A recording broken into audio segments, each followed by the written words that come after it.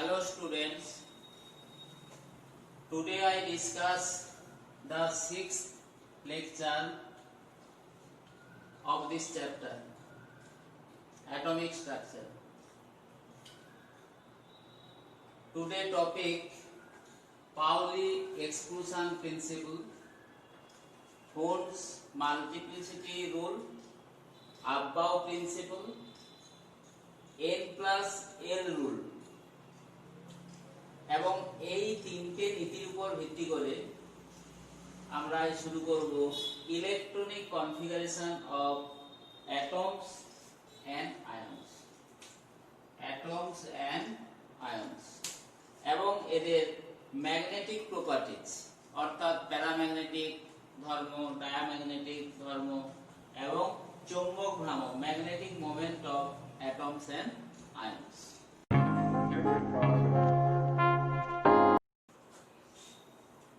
Rules for filling up of electrons in orbitals অর্থাৎ একাধিক electron সম্পন্ন পরমাণুতে ইলেকট্রনগুলি কক্ষকের মধ্যে কিভাবে সজ্জিত থাকে তা তিনটি নীতি অনুসরণ করে চলে। এক, পাউলির অপবর্জন নীতি, পাউলির অপবর্জন নীতি, Pauli exclusion principle, exclusion principle.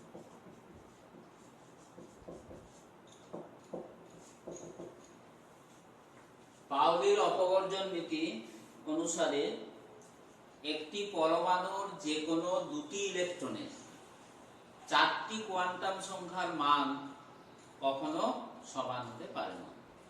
It is impossible for two electrons of an atom to have all the four quantum numbers same. অর্থাৎ একটি পরমাণুর যে কোনো দুটি ইলেকট্রনের চারটি কোয়ান্টাম সংখ্যা কখনো একই হতে পারে না। তাহলে স্টেটমেন্ট পড়তে হবে, পরীক্ষাতে আসে।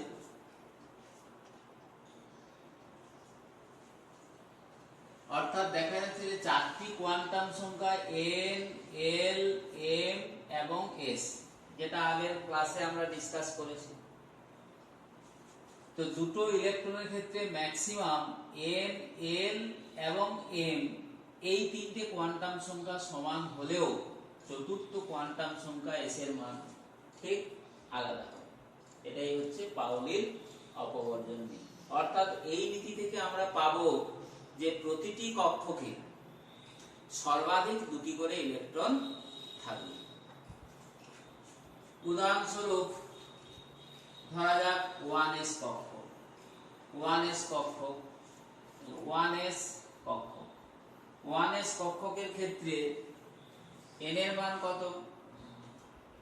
n এর মান হলো 1, l equal to 0, m equal to 0 এবং s equal to plus half, কারণ আমরা জানি m এর প্রতিটি মানের জন্য s এর দুটি করে মান থাকে, প্লাস হাফ এবং মাইনাস হাফ। তাহলে ওই দ্বিতীয় ইলেকট্রনটির জন্য principal quantum number n equal to 1, azimuthal quantum number l equal to 0 and magnetic quantum number m equal to 0। অর্থাৎ 1s কক্ষকে যে দুটি ইলেকট্রন আছে, কক্ষককে যদি এরকম আমরা একটা বক্স দিয়ে চিহ্নিত করি, তাহলে এর মধ্যে যে দুটো ইলেকট্রন আছে সেই দুটো ইলেকট্রনকে আমরা কিভাবে প্রকাশ করব না, একটা ইলেকট্রনের ঘূর্ণন কোয়ান্টাম সংখ্যা প্লাস হাফ, আগের ক্লাসে বলেছি একে তীর চিহ্ন দিয়ে প্রকাশ করব, এবং যেটি মাইনাস হাফ তাকে নিচের দিকে তীর চিহ্ন দিয়ে প্রকাশ করব।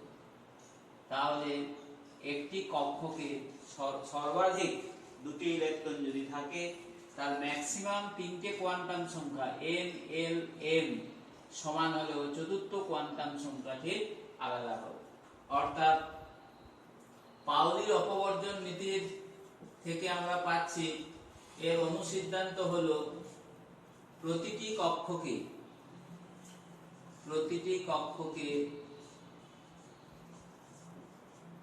কক্ষক মানে অরবিটাল, প্রতিটি কক্ষকে সর্বোচ্চ দুটি ইলেকট্রন থাকতে পারে।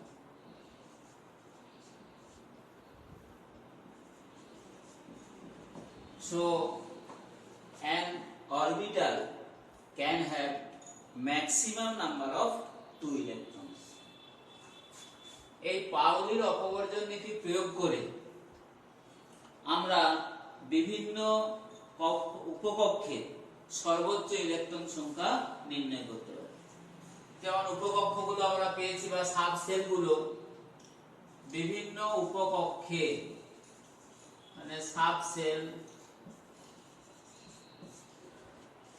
সর্বোচ্চ ইলেকট্রন ক্ষমতা, সর্বোচ্চ ইলেকট্রন সংখ্যা।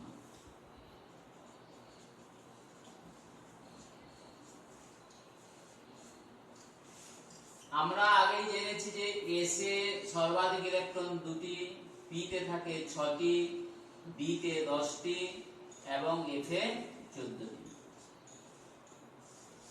এটা পাউলির অপবর্জন নীতি থেকেও প্রমাণ করা যায়। যেমন পি উপকক্ষ ধরা যায়, পি সাবসেল।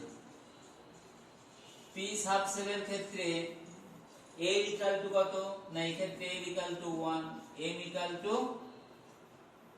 l হলে m ইকুয়াল টু কি হবে, তিনটে মান হবে -1 0 +1, অর্থাৎ পি সাবসেলের মধ্যে তিনটি কক্ষক বর্তমান, তিনটি অরবিটাল বর্তমান। আর পাউলির অপবর্জন নীতি থেকে আমরা পেলাম যে an orbital can have maximum number of 2 electrons, so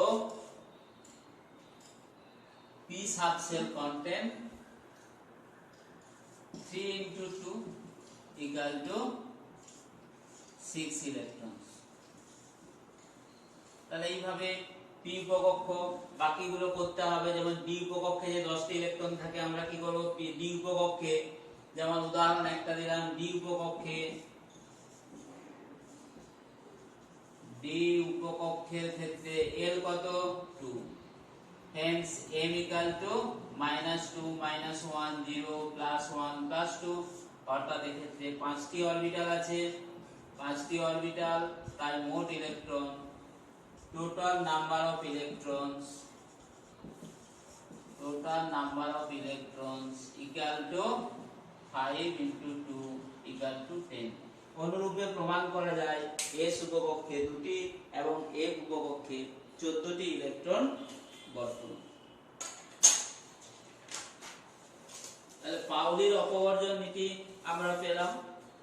এখন আসছে কুন্ডের multiplicity rule. Number 2, Hund's multiplicity rule।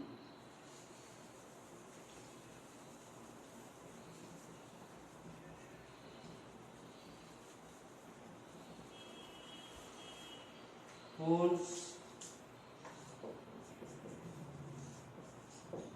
multiplicity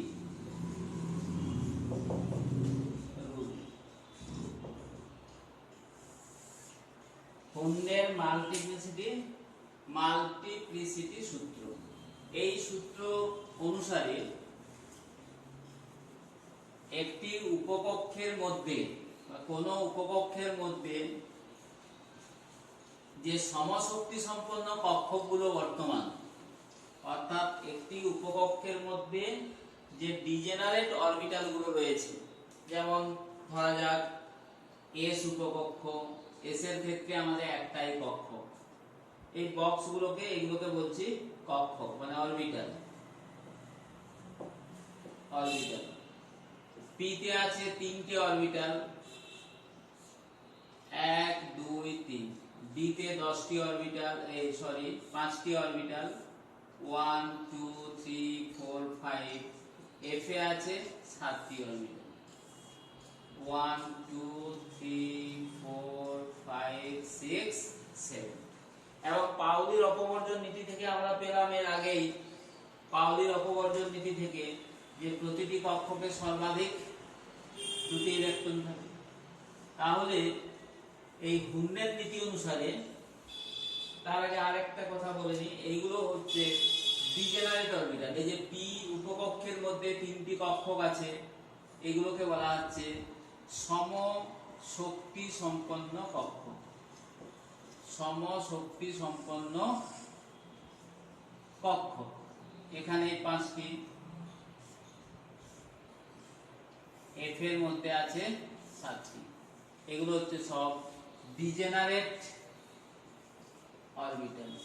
degenerate orbital অর্থাৎ সমশক্তি সম্পন্ন অরবিটাল গুলোকে বলা হয় ডিজেনারেট অরবিটাল। তো এই ডিজেনারেট অরবিটাল গুলোতে যতক্ষণ জায়গা খালি থাকবে ততক্ষণ ইলেকট্রন পৃথক পৃথক ভাবে থাকবে, এবং এইভাবে থাকাকালীন প্রত্যেকটি ইলেকট্রনের ঘূর্ণন হবে সমমুখী। এটাই হলো হুন্নের মাল্টিপ্লিসিটি সূত্র। তাহলে এই হুন সূত্রেরও স্টেটমেন্টটা আমাদের করতে হবে, এগুলো পরীক্ষাতে আসে, স্টেটমেন্ট করতে হবে উদাহরণ সহ। তাহলে কি বলা হলো, during filling of orbitals it is preferred to assign electrons to empty orbital rather than pair. যতক্ষণ ডিজেনারেট অরবিটাল গুলোতে জায়গা খালি থাকবে ততক্ষণ ইলেকট্রন পৃথকভাবে অবস্থান করবে, এবং এই অবস্থায় তাদের ঘূর্ণন, the spin of all electrons during filling in this way is parallel. যেমন পি উপকক্ষে যদি 3টে ইলেকট্রন থাকে, আমরা উদাহরণে আসছি, উদাহরণে পি উপকক্ষে যদি 3টে ইলেকট্রন থাকে, তাহলে পি উপকক্ষের ইলেকট্রন বিন্যাস কি হবে না, এই 3টে ইলেকট্রন সিঙ্গেল সিঙ্গেল থাকবে এবং প্রত্যেকটার স্পিন হবে প্যারালাল। তাহলে আমরা বললাম যে during filling of degenerate orbitals it is preferred to assign electrons to empty orbital rather than pair, এবং when the electrons are filled in this way their spins are parallel. এটাই হচ্ছে statement. স্টেটমেন্টটা ভালো করে পড়ে নিতে হবে। এখন পি তে ম্যাক্সিমাম কতগুলো ইলেকট্রন থাকে, 6টা। এখন যদি পি তে 4টে ইলেকট্রন থাকে, তাহলে ইলেকট্রন এক্সট্রা ইলেকট্রনটা কোথায় আসবে, তখন এক্সট্রা ইলেকট্রনটা চলে আসবে এখানে, এই পেয়ার হতে শুরু করবে। যদি p4 এর জায়গায় p5 হয় তখন ইলেকট্রনটা এখানে আসবে, আর p তে যদি 6 হয় তাহলে ইলেকট্রনটা 6 হলে এইখানে আরেকটা আসবে। তাহলে এই ধরনের ইলেকট্রন বিন্যাস বিশিষ্ট অরবিটালকে বলা হচ্ছে ফুলফিল অরবিটাল। ফুলফিল অরবিটাল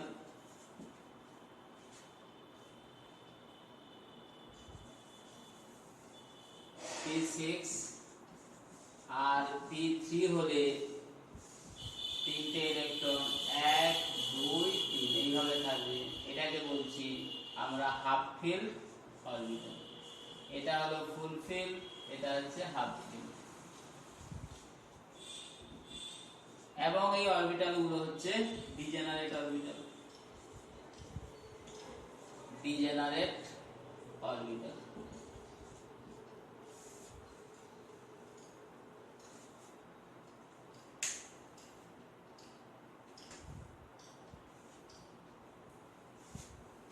এই হলো হুন্ডের মাল্টিপ্লিসিটি রুল। এরপরে আসবো আব্বাও প্রিন্সিপাল। অনুরূপ পদ্ধতিতে এফ কক্ষক, ডি কক্ষক এগুলো ফিল আপ করা যাবে। তাহলে এইভাবে কোন কক্ষক এই হুন্ডের নীতি অনুসারে আমরা পরে এটা পড়ব যে হাফ ফিল্ড অরবিটাল এবং ফুল ফিল্ড অরবিটাল, এই দু ধরনের অরবিটাল হচ্ছে মোর স্টেবল অরবিটাল, মোর স্টেবল।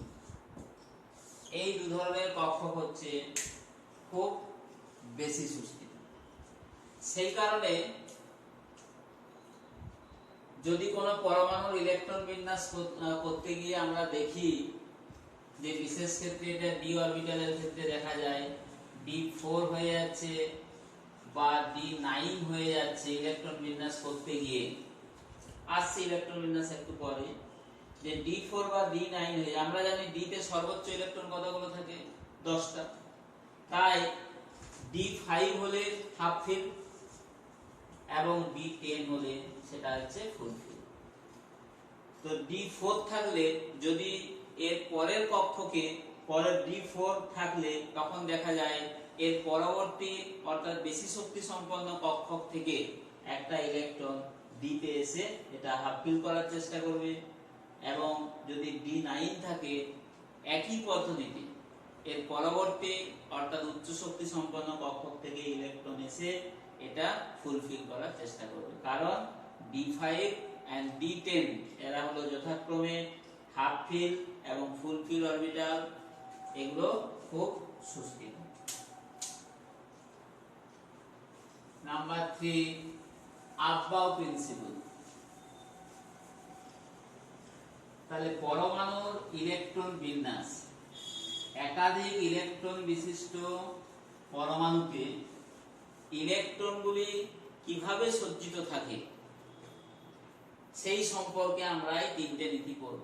পাউলির অপবর্জন নীতি, হুন্ডের মাল্টিপ্লিসিটি রুল এবং আফবাউ প্রিন্সিপল। পরমাণুর কক্ষকগুলোতে ইলেকট্রন এই তিনটে নীতি অনুসারে ভর্তি হবে। তাহলে এইরূপ ইলেকট্রন সজ্জা বিশিষ্ট পরমাণুকে বলা হয় ভূমিস্তর ইলেকট্রন বিন্যাস, বা ইংরেজিতে হচ্ছে ground state electronic configuration. Aufbau নীতি অনুসারে, আফবাউ হচ্ছে একটা জার্মান শব্দ। Number 3, Aufbau principle. Aufbau principle, Aufbau হলো একটি জার্মান শব্দ, জার্মান শব্দ। এটা হচ্ছে একটা জার্মান ওয়ার্ড, এর অর্থ হচ্ছে গড়ে তোলা। এটা হচ্ছে একটা জার্মান ওয়ার্ড, এর অর্থ হচ্ছে ফর বিল্ডিং আপ, মানে গড়ে তোলা। অর্থাৎ একাধিক ইলেকট্রন বিশিষ্ট পরমাণুতে বিভিন্ন কক্ষকগুলো এই তিনটে নীতি অনুসারে ধীরে ধীরে নিম্ন শক্তি সম্পন্ন কক্ষক থেকে উচ্চ শক্তি সম্পন্ন কক্ষকে ভর্তি হতে শুরু করে, এবং এইভাবে আমরা সুস্থিত ইলেকট্রন বিন্যাস পাব।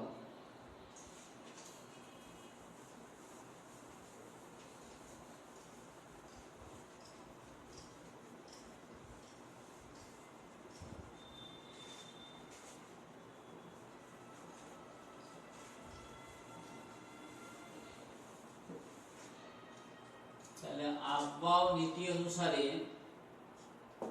আফবাউ নীতি অনুসারে আমাদের প্রথমেই জানতে হবে এই যে অরবিটাল গুলো পেলাম এদের শক্তির ক্রম। অরবিটাল গুলির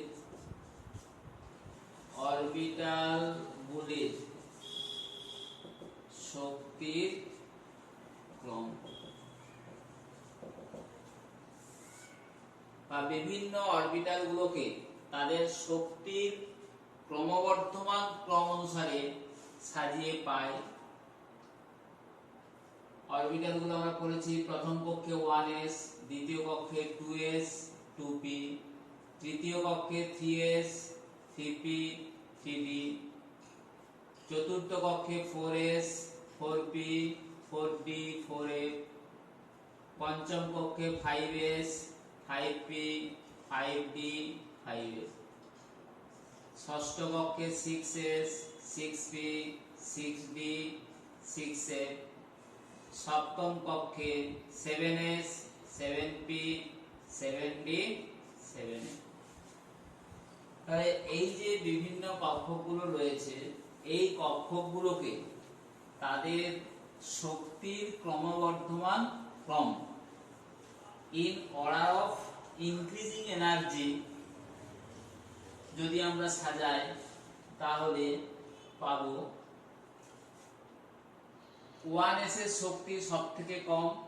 আচ্ছা, এটা মনে রাখার একটা প্রক্রিয়া আছে, নিয়ম আছে, এই নিয়মটা বলি। এইগুলোকে ধরা যাক এটা একটা multi storeyed building, just we can say it is a multi-storied building. 1s, this is first floor, 2s, this is second floor. In this way, third floor, fourth floor, fifth floor, sixth floor, seventh floor. First floor থেকে 7th floor পর্যন্ত আমরা সিঁড়ি বেয়ে বেয়ে যদি উঠি, এখানে ধরে নিচ্ছি লিফট নেই, তাহলে সিঁড়ি বেয়ে বেয়ে যদি উঠি তাহলে এই যে 1s, 2s এগুলোকে এইভাবে সিঁড়ি করছি আমরা, সিঁড়ির ধাপ।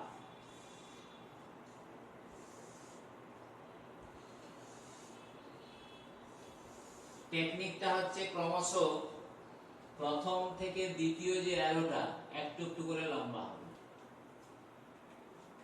একটু একটু করে লম্বা করতে হবে।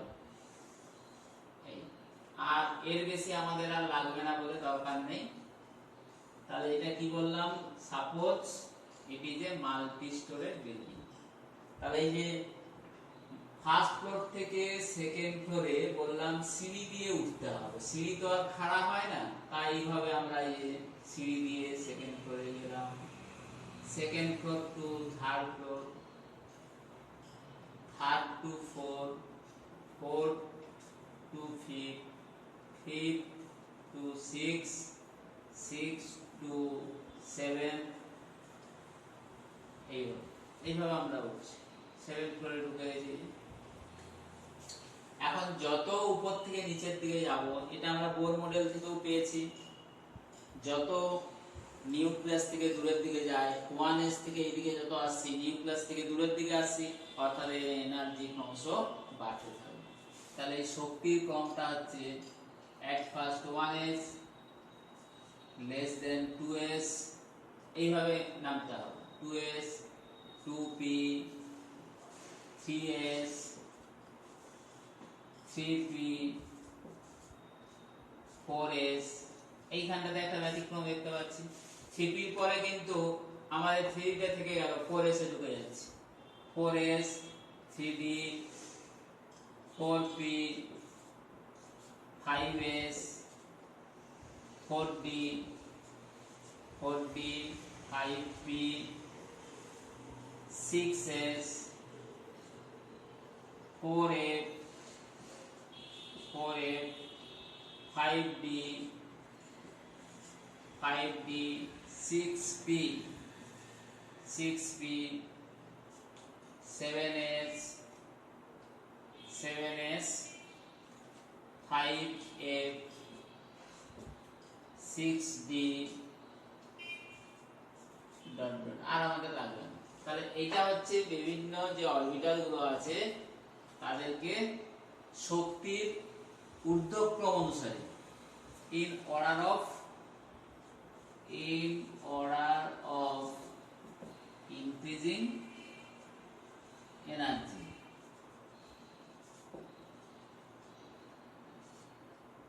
আমরা সাজিয়ে পাই। তো আপ-বাউন্ড নীতির বক্তব্য কি না, ইলেকট্রন প্রথমে যে অরবিটালের শক্তি কম অর্থাৎ 1s এ ইলেকট্রন আগে প্রবেশ করবে, এই 1s ইলেকট্রন দ্বারা ভর্তি হয়ে গেলে এইভাবে ক্রমান্বয়ে অরবিটালগুলোতে প্রবেশ করবে, 2s, then 2p, then 3s, etc. তো এটাকে মনে রাখার একটা কৌশল, এটাকে আমরা বলতে পারি head to tail connection. Head to tail, head to tail connection, মাথার সঙ্গে লেজের সংযোগ, হেড টু টেল কানেকশন। এই যে এটাকে যদি হেড বলি, এটা হচ্ছে টেল, প্রথমটা হেডের সাথে দ্বিতীয়টা টেল, দ্বিতীয়টা হেডের সাথে তৃতীয়টা টেল, এইভাবে মনে রাখার একটা প্রক্রিয়া। কিন্তু এই কক্ষপগুলোর শক্তি n+n নিয়ম অনুসারে ঘটে থাকে, n+n নিয়ম। তাহলে এখন আমরা চলে যাব n+n নিয়ম। n+n নিয়ম দুটো আছে, একটা হচ্ছে যে দুটি অরবিটালের মধ্যে n+l এর মান যার বেশি তার শক্তি বেশি। এক নম্বর হচ্ছে যে n+ এর দুটো রুল আছে, দুটি কক্ষকের মধ্যে যার n+l বেশি, দুটি কক্ষকের মধ্যে n+l এর মান বেশি বেশি হলে শক্তি বেশি হবে, শক্তি বেশি দুটি কক্ষকের মধ্যে। আর দুই হচ্ছে রুল 2, যে যদি দেখা যায় দুটো কক্ষকের ক্ষেত্রে n+l এর মান সমান হয়ে যাচ্ছে, n+l সমান, সেক্ষেত্রে n যার যত বেশি, n এর মান বেশি হলে, n এর মান বেশি হলে শক্তি বেশি।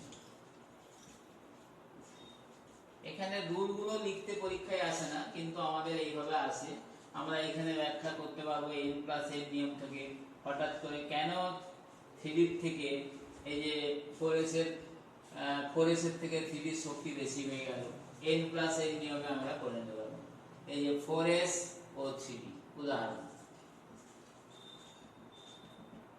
4s ও 3d।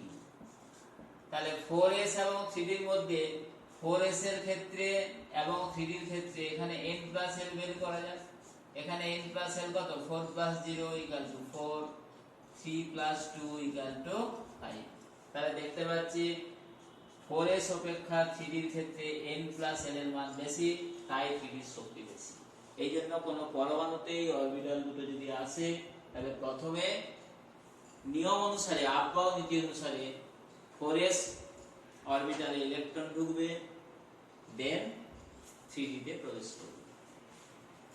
রুল 2 এর একটা উদাহরণ দেওয়া যাক। রুল 2 যেমন 3d আর 5s, এই যে 3d আর 5s, 1 2 3d ও 5s, 3d এবং 5s এর মধ্যে এখানে 3d তো আমাদের করাই আছে 5, 5s এর ক্ষেত্রেও n+l কত, 5+0 = 5। সুতরাং এক্ষেত্রে দেখতে পাচ্ছি 3d আর 5s এ n+l সমান, কিন্তু n এর মান যার বেশি তার শক্তি বেশি, n এর মান বেশি কার, 5s এর, অতএব 3d < 5s। আর এখানে 3d এর মান বেশি, অতএব 4s < 3d। এইভাবে n+n নিয়ম থেকে আমরা এগুলো ব্যাখ্যা করতে পারি। তাহলে আমরা আফবাউ নীতি থেকে কি শিখলাম?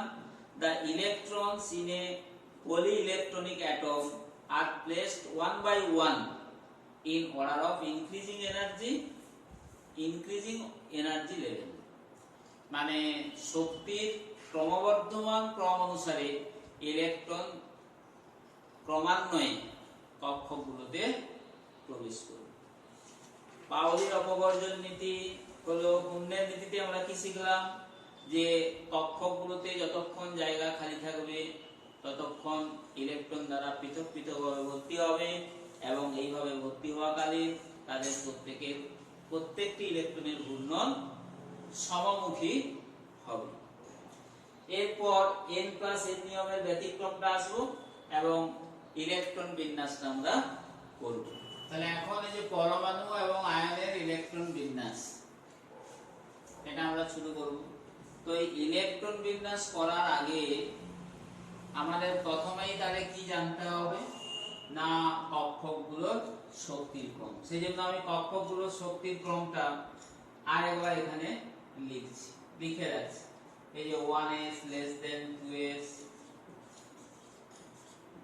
3s 3p 4s 3b 4p 5s 4d 5p 6s 4f 6p এইভাবে। এগুলো হচ্ছে কক্ষকগুলোর শক্তির ক্রম। আব্বাও প্রিন্সিপাল থেকে আমরা যেটা পেলাম, তাহলে এটা হচ্ছে কক্ষকগুলোর শক্তির ক্রম। এটা আমাদের ফার্স্ট জানতে হবে।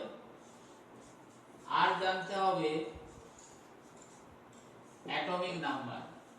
আমরা যে পরমাণুর ইলেকট্রন বিন্যাস লিখব, কারণ আমরা জানি কোনো মৌলের পরমাণু ক্রমাঙ্ক ইকুয়াল টু নিউক্লিয়াসকৃত প্রোটন সংখ্যা সমান ইলেকট্রন সংখ্যা। তাহলে পরমাণু ক্রমাঙ্ক না জানলে হবে না। তাহলে মৌলের পরমাণু ক্রমাঙ্ক এগুলো আমাদের মনে রাখতে হবে, নাহলে কিন্তু ইলেকট্রন বিন্যাস করতে পারবো না। Atomic number.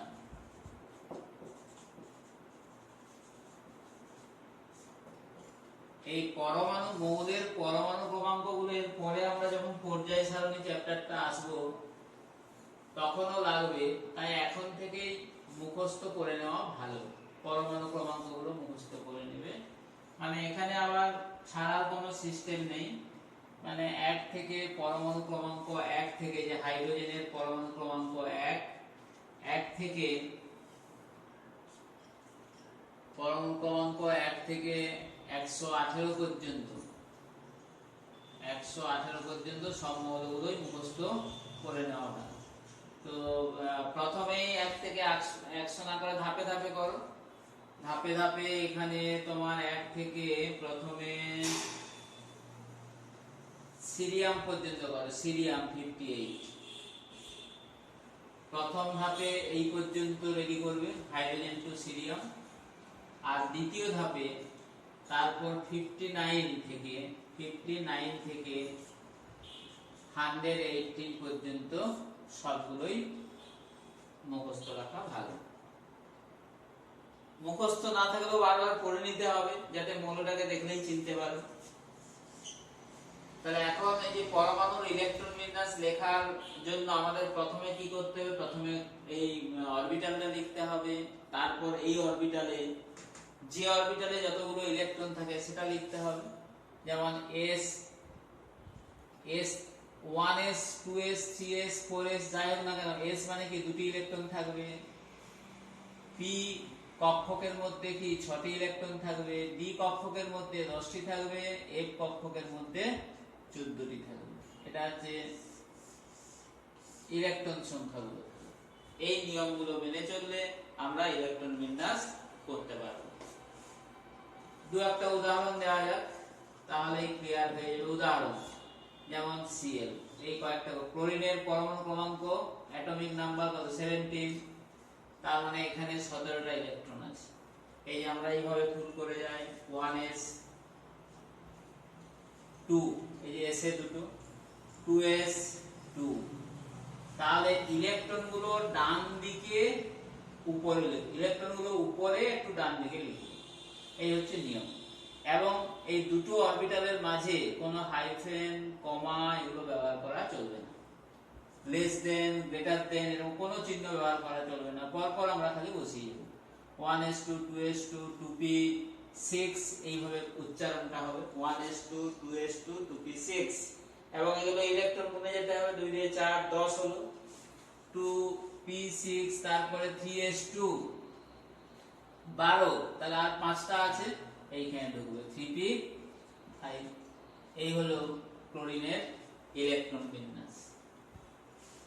এবং সঙ্গে সঙ্গে আমাদের ওই ডেসক্রিপশনে যেটা ছিল, ইলেকট্রন বিন্যাস শেখার পরে আমরা কি করব, এর চৌম্বক ধর্মটা আলোচনা করে নেব। মানে এটি প্যারাম্যাগনেটিক না ডায়াম্যাগনেটিক, এর চৌম্বক ভ্রামক অর্থাৎ ম্যাগনেটিক মোমেন্ট কত, সেগুলো আমরা একসঙ্গে করে নেব। তাহলে আমাদের কাজটা হয়ে যাবে।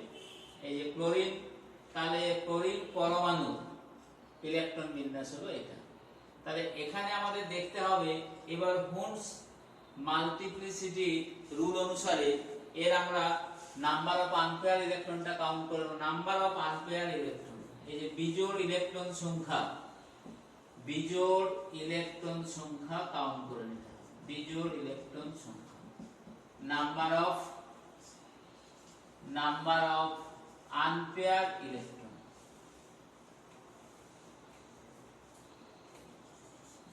Number of unpair electron.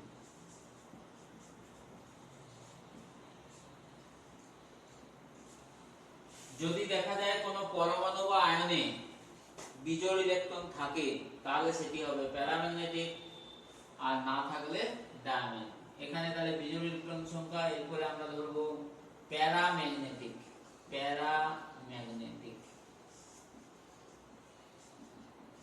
Paramagnetic property,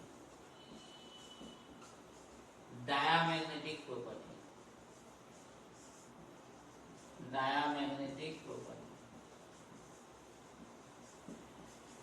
magnetic moment,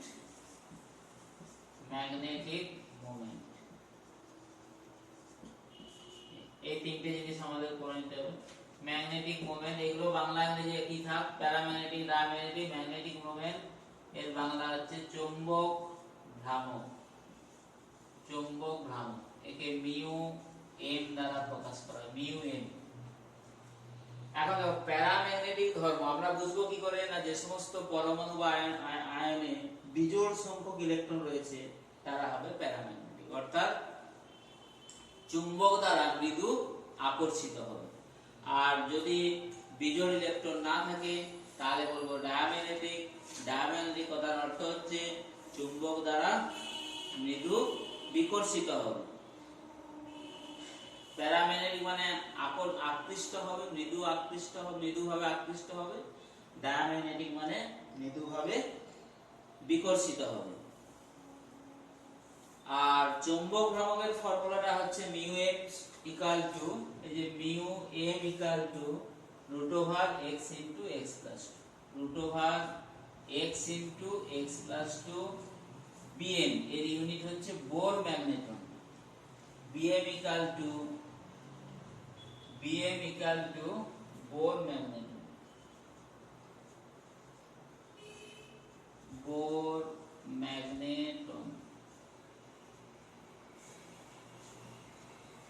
x equal to number of unpaired electron,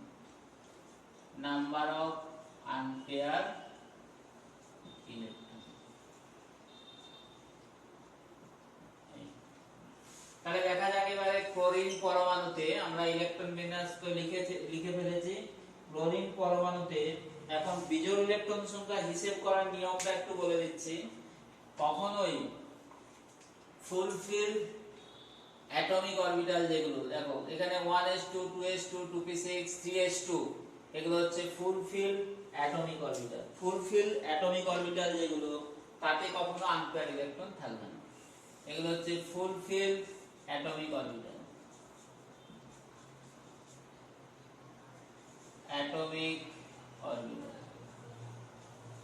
তাহলে সম্পূর্ণ ভর্তি কক্ষক যেগুলো, সেগুলোতে কখনো বিজোড় ইলেকট্রন থাকে না।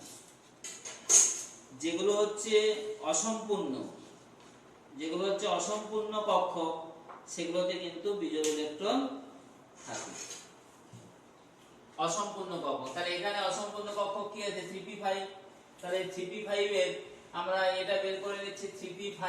এই যে হুন্নের নীতি অনুসারে আমরা দেখলাম, হুন্নের নীতি অনুসারে 3p মানে এতে তিনটে ডিজেনারেট অরবিটাল আছে। এই যে 3px 3py 3pz, ওগুলো না লিখলেও চলবে। 3p এই তিনটে অরবিটাল করে দিলাম, px py pz। এখানে তাহলে ইলেকট্রন ভর্তির নিয়ম, হুন্নের নীতি অনুসারে ইলেকট্রন ভর্তির নিয়মটা কি, না এই পাঁচটা ইলেকট্রন প্রথমে আমাদের সিঙ্গেল ভাবে দিতে হবে, 1 2 3, এই যে 4 5। তাহলে আমরা দেখছি যে নাম্বার অফ আনপেয়ার্ড ইলেকট্রন আছে একটা। তাহলে অতএব এতে ক্লোরিন পরমাণুতে এই যে number of unpaired electron equal to 1।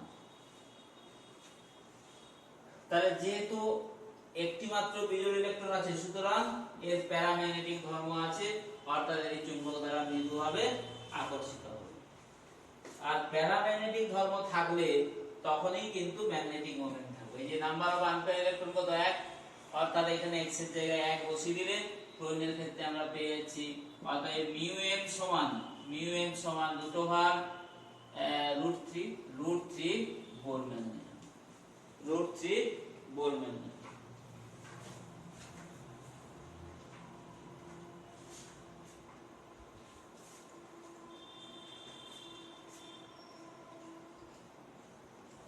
(1.3)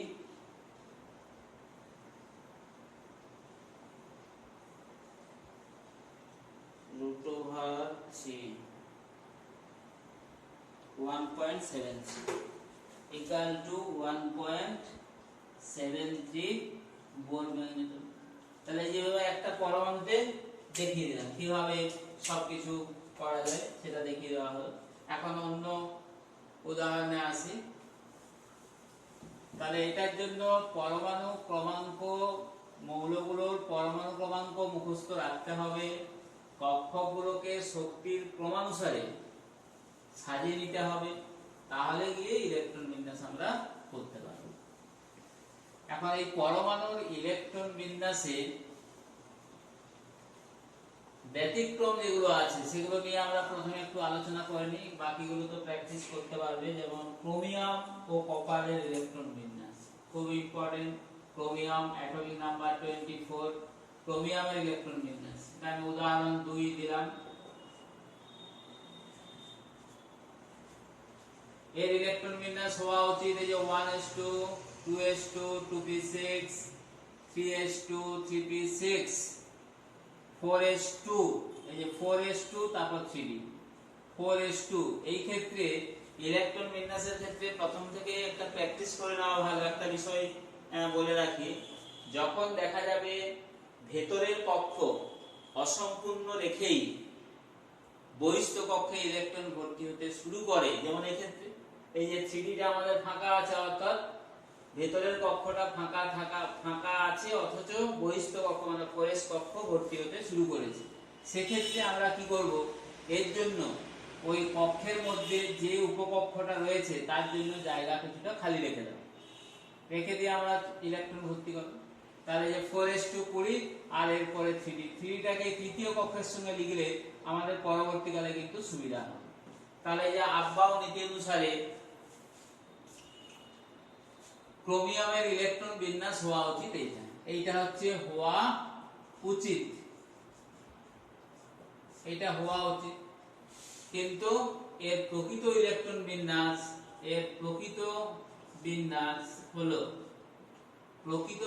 হলো 1s2 2s2 2p6 3s2 3p6। এই যে একটু আগে বলছিলাম এটা হাফ ফিল্ড আর ফুল ফিল্ড।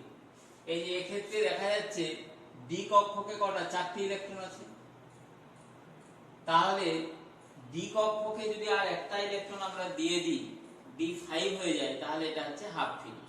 কেননা half filled orbital is more stable than the other. তাহলে এক্ষেত্রে আবার দেখা যাচ্ছে যে 3d এবং 4s এই দুটো কক্ষকে শক্তির পার্থক্য খুব একটা বেশি নয়, তাই স্থায়িত্বের জন্য কি হয় 4s থেকে একটা ইলেকট্রন এখানে চলে আসে, এই জন্য এটা হয় 3d5 4s সমান। ফলে এটাও সুস্থিত এটাও সুস্থিত, এটা হাফ ফিল্ড এটাও হাফ ফিল্ড। এই জন্য ক্রোমিয়ামের সঠিক ইলেকট্রন বিন্যাস হলো এটা, প্রকৃত ইলেকট্রন বিন্যাস ক্রোমিয়ামের। তাহলে প্যারাম্যাগনেটিক না ডায়াম্যাগনেটিক এতে অযুগ্ম ইলেকট্রন কটা, নাম্বার অফ আনপেয়ার ইলেকট্রন, এগুলো সঙ্গে সঙ্গে প্র্যাকটিস করে নাও ভালো। Number of unpair electron equal to কত 6, এই যে d5 4s1, অতএব μm ইকুয়াল টু এই যে √6 into 6 plus 2 bm আর 48 √48 আমি আর গুলো ক্যালকুলেশন করব না, এটা একটু করে দিলাম। √48 6.93 সমান 6.93 bm বোর ম্যাগনেট। 6.93 ডি, অর্থাৎ এটি হলো প্যারাম্যাগনেটিক।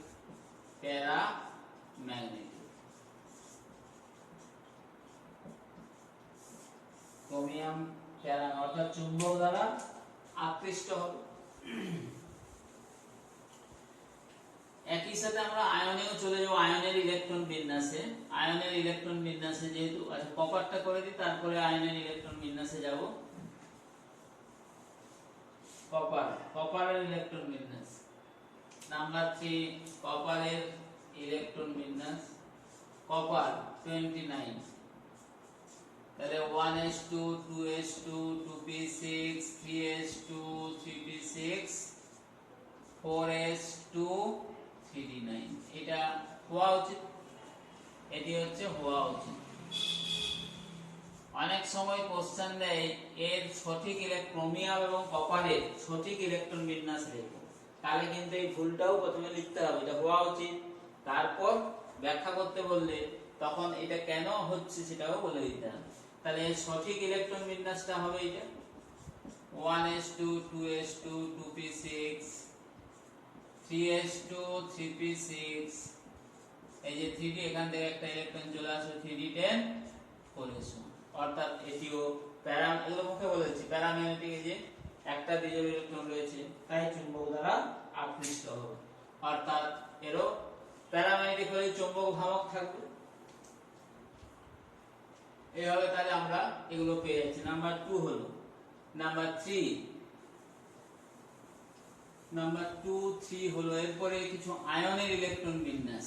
আয়ন, আচ্ছা এফিটা করি তারপরে আয়নে যাব। এফির ইলেকট্রন বিন্যাস।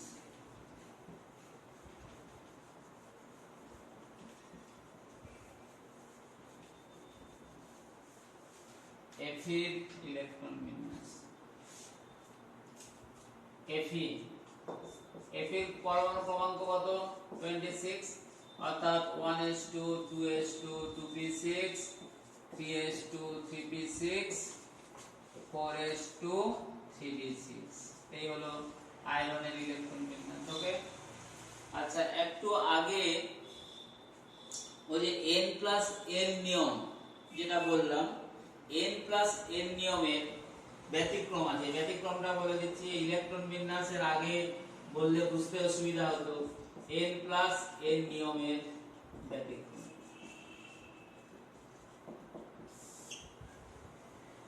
Exception of n+l rule. Exception of n+l rule. যেমন ল্যান্থানাম আর অ্যাক্টিনিয়াম। ল্যান্থানামের অ্যাটমিক নাম্বার 57, অ্যাক্টিনিয়ামের 89। তাহলে ল্যান্থানাম 57, ইলেকট্রন বিন্যাস দেখা যাক। ল্যান্থানাম এই যে 1s2 2s2 2p6 3s2 3p6 4s2 আগে লিখবে, তারপরে 3 এইভাবে লেখা অভ্যাস করবে। তাহলে 30 4s2, তারপরে কি 4p6 36, গ্যাপ দাও। কেন গ্যাপ দিলাম না? 4p এর পরে আমাদের এই যে 4p খালি রেখে 5s এ ভর্তি হচ্ছে, তাই 5s2 এরপরে লিখবো 4p 10, এইভাবে লেখা প্র্যাকটিস করব। তাহলে আমাদের হয়ে গেল দেখো 4s2 4p6 36 46 48, এরপরে আছে 5p6, মানে এটি হলো 54, মানে জেননের ইলেকট্রন বিন্যাস। এরপরে আমাদের আসছে 6s, তাহলে নিয়ম অনুসারে এখানে 54 2 56, তারপরে 4f1 এই যে 57, এইটা হওয়া উচিত, তাই তো? এই ইলেকট্রন বিন্যাসটি হওয়া উচিত n+l রুল অনুসারে। কেননা 6s, এই যে 6s এবং 4f এদের ক্ষেত্রে n+l কত? n+l 6 + 0 = 6, এখানে হচ্ছে 4 প্লাস 3 ইকুয়াল টু 7। তাহলে n প্লাস l এর মান কার বেশি? 4f এর বেশি। n প্লাস l এর মানটা 6s 0 4 প্লাস 3, তাহলে এর মান কম 6s, তাই 6s আগে ভর্তি হওয়া উচিত, তারপর 4f।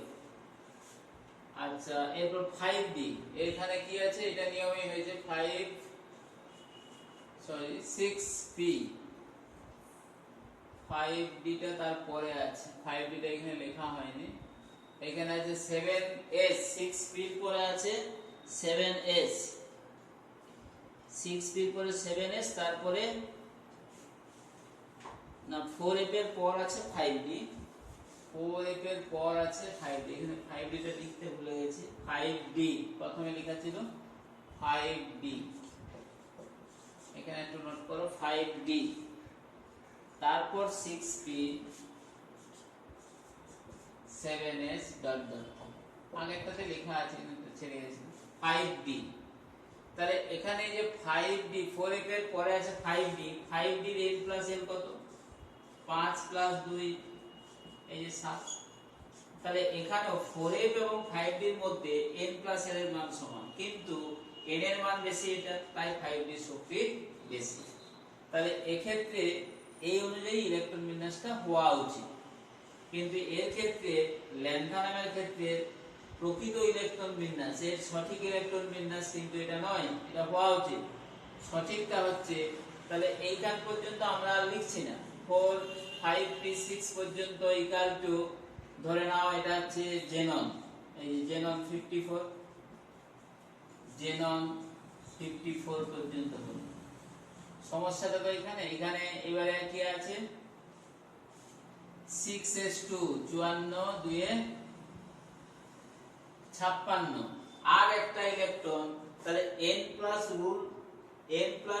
l রুল অনুসারে 4f এ যাওয়া উচিত ছিল, এটা হওয়া উচিত ছিল, কিন্তু দেখা যায় ল্যান্থানামের ক্ষেত্রে ওই ইলেকট্রনটি 4f এ না থেকে 5d তে যায়, অর্থাৎ এর সঠিক ইলেকট্রন বিন্যাস হচ্ছে এটা 5d1। n প্লাস l নিয়মের ব্যতিক্রমটা দেখবে, 5d1 6s2। এক্ষেত্রে কারণ হিসেবে যেটা বলা হচ্ছে যে 4f আর 5d, এই তো আমাদের সমস্যা। শক্তির ক্রমানুসারে দেখছি 4f এর থেকে 5d শক্তি বেশি, বেশি হলেও শক্তির পার্থক্যটা খুব কম, শক্তির পার্থক্য কিন্তু নগণ্য, মানে প্রায় সমান। এবং দেখা যায় পর্যায় সারণীতে আমরা যখন করব, এই যে s ব্লক, p ব্লক, পর্যায় সারণীতে 4টি ব্লক আছে, s p d এবং f, যে ডি ব্লকের মধ্যে 40টা মৌল আছে। তো এখন এই ডি ব্লক মৌলগুলোর যা বৈশিষ্ট্য, ল্যান্থানামের বৈশিষ্ট্যও তাই।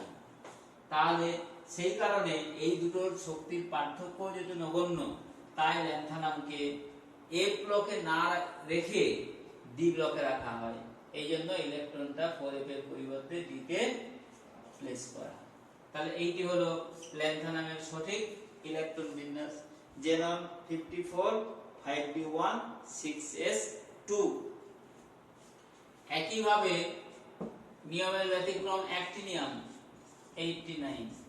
তাহলে অ্যাক্টিনাইনের ইলেকট্রন বিন্যাস যদি আমরা করি একইভাবে, রেডন নিষ্ক্রিয় মৌল, এই যে 86, তারপর হওয়া উচিত 80 এক করে বাড়বে, এটা 5f1 আর এটা হচ্ছে 7s2, এটি হওয়া উচিত, কিন্তু এইটা না হয়ে এটা হওয়া উচিত ছিল। একই কারণ এখানে হবে, রেডন সঠিক ইলেকট্রন বিন্যাস 86, এটা হবে 6d1 7s2, এটি হচ্ছে সঠিক ইলেকট্রন বিন্যাস 6d1 7s2। তাহলে পরমাণুর ইলেকট্রন বিন্যাস বললাম, এখন এই আয়নের ইলেকট্রন বিন্যাস দু একটা দেখিয়ে দিচ্ছি, তাহলে আমাদের এই ক্লাসটা আমরা শেষ করতে পারবো। এখন আয়নের ইলেকট্রন বিন্যাস, আয়ন বলতে ক্যাটায়ন এবং অ্যানায়ন উভয়কেই বোঝায়। পরমাণুর বহিস্থ কক্ষ থেকে যদি একবার একাধিক ইলেকট্রন অপসারিত হয়, তাহলে পরমাণুটি ক্যাটায়নে পরিণত হয়, এবং যদি বহিস্থ কক্ষে এক বা একাধিক ইলেকট্রন যুক্ত হয় তাহলে পরমাণুটি অ্যানায়নে পরিণত হয়। আয়নের ইলেকট্রন বিন্যাস লেখার নিয়ম হলো প্রথমে সংশ্লিষ্ট পরমাণুটির ইলেকট্রন বিন্যাস লিখে নিতে হবে। লিখে নেওয়ার পর এরপর যত পজিটিভ চার্জ আছে বহিস্থ কক্ষ থেকে ততগুলি ইলেকট্রন মাইনাস করে দাও।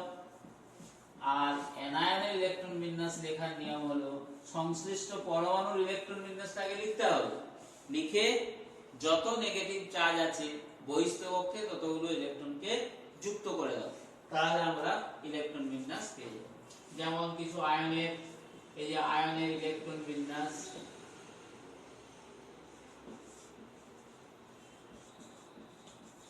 ইলেকট্রন বিন্যাস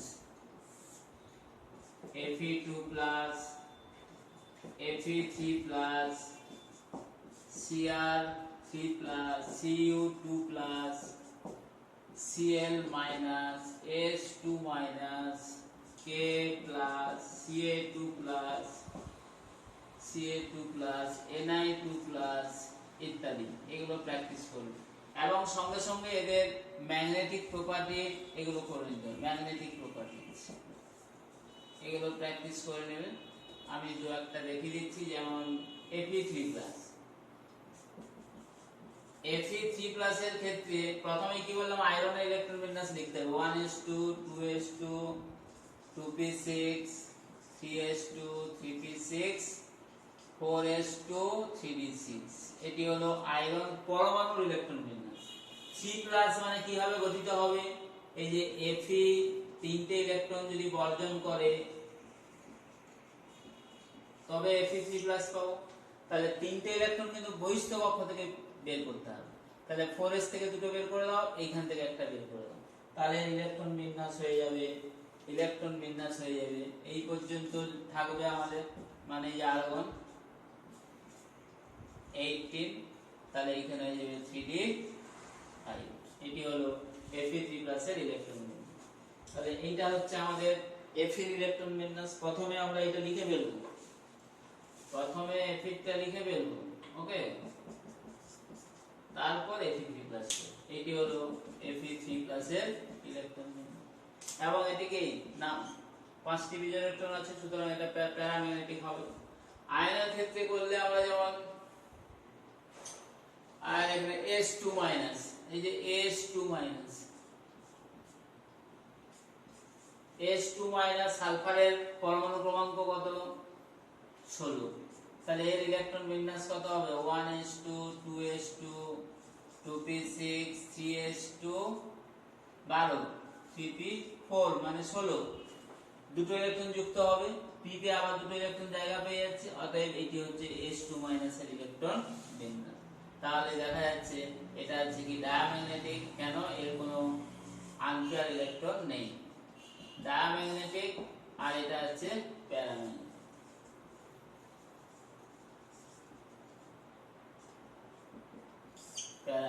এটা হচ্ছে ডায়াম্যাগনেটিক, মানে μm = 0।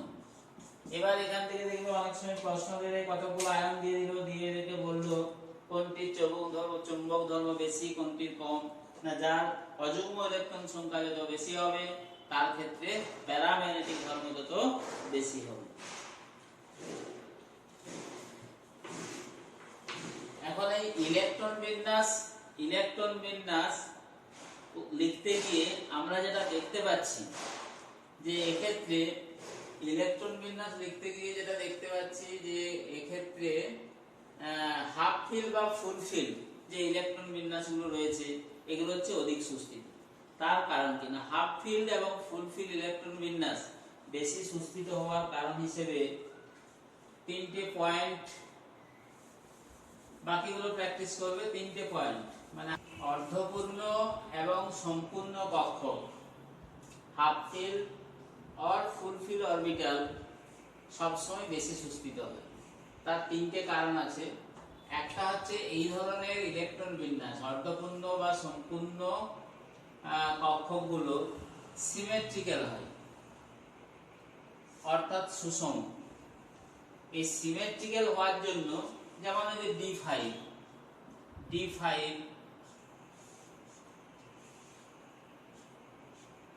ডি উপকক্ষের মধ্যে 5টি কক্ষক রয়েছে, তাহলে 5টা ইলেকট্রন এইভাবে থাকবে, অর্থাৎ এটা হচ্ছে সিমেট্রিক্যাল ইলেকট্রনিক কনফিগারেশন। আর সম্পূর্ণ যেমন এটা হচ্ছে হাফ ফিল, এটা ফুল ফিল। এখানে 10টা ইলেকট্রন কিভাবে থাকে, 3 4 5, এই যে প্রতিটি কক্ষকে 2টি করে ইলেকট্রন থাকে, অর্থাৎ ইলেকট্রন বিন্যাসটা সিমেট্রিক্যাল। এইগুলো হচ্ছে সিমেট্রিক্যাল ইলেকট্রন বিন্যাস। এই সিমেট্রিক্যাল হওয়ার জন্য এই ইলেকট্রন সমূহের আবরণী প্রভাব কম হয়। আবরণী প্রভাব কম হওয়ার অর্থ, আবরণী প্রভাব মানে কি, আগের ক্লাসে বলেছি, নিউক্লিয়াসের আধানকে কক্ষক ইলেকট্রন দ্বারা ভর্তি কক্ষক সমূহের নিউক্লিয়াসের আধানকে প্রশমিত করার ক্ষমতা হলো ওই কক্ষকগুলোর আবরণী প্রভাব। তাহলে এখানে আবরণী প্রভাব কম হয় মানে কি, এই ইলেকট্রনগুলোর প্রতি নিউক্লিয়াসের আকর্ষণ বল বেশি হয়, তাই এই ধরনের ইলেকট্রন বিন্যাস সুস্থিত হয়। নাম্বার 2 হচ্ছে কুলম্বীয় বিকর্ষণ বলের মান নিম্নতম। কুলম্বীয় বিকর্ষণ বলের মান কম হয়। এই ধরনের ইলেকট্রন বিন্যাসে কুলম্বীয় ইলেকট্রন বলের মান, কুলম্বীয় মানে কুলম্বিক ফোর্স অফ রিপালশন, এই মানটা খুব কম। নাম্বার 3, বিনিময় শক্তির মান সর্বোচ্চ। বিনিময় শক্তির মান, এক্সচেঞ্জ এনার্জি মান সর্বোচ্চ। আর কুলম্বীয় বিকর্ষণ বল, কুলম্বিক ফোর্স অফ রিপালশন,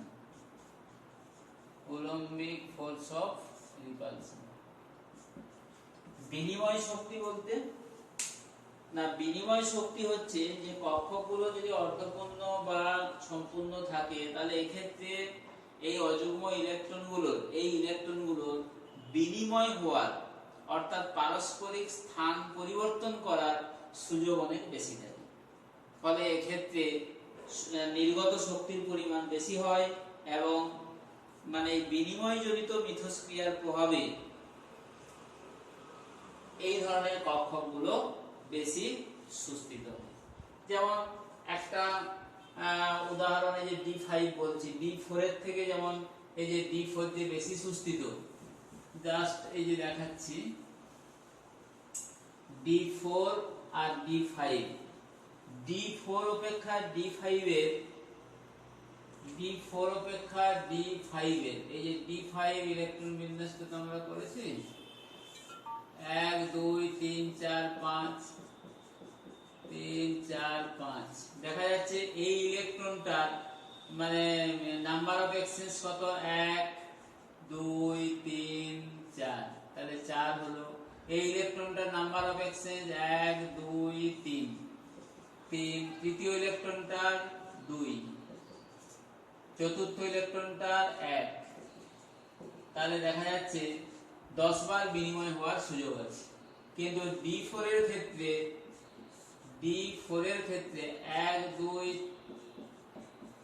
3 4, এই ইলেকট্রনটার বিনিময় হওয়ার সুযোগ 3 বার, দ্বিতীয় ইলেকট্রনটার বিনিময় হওয়ার সুযোগ 2 বার, তৃতীয় ইলেকট্রনের 1 বার, অর্থাৎ এখানে বিনিময় স্থান পরিবর্তন করার সুযোগ হচ্ছে 6 বার।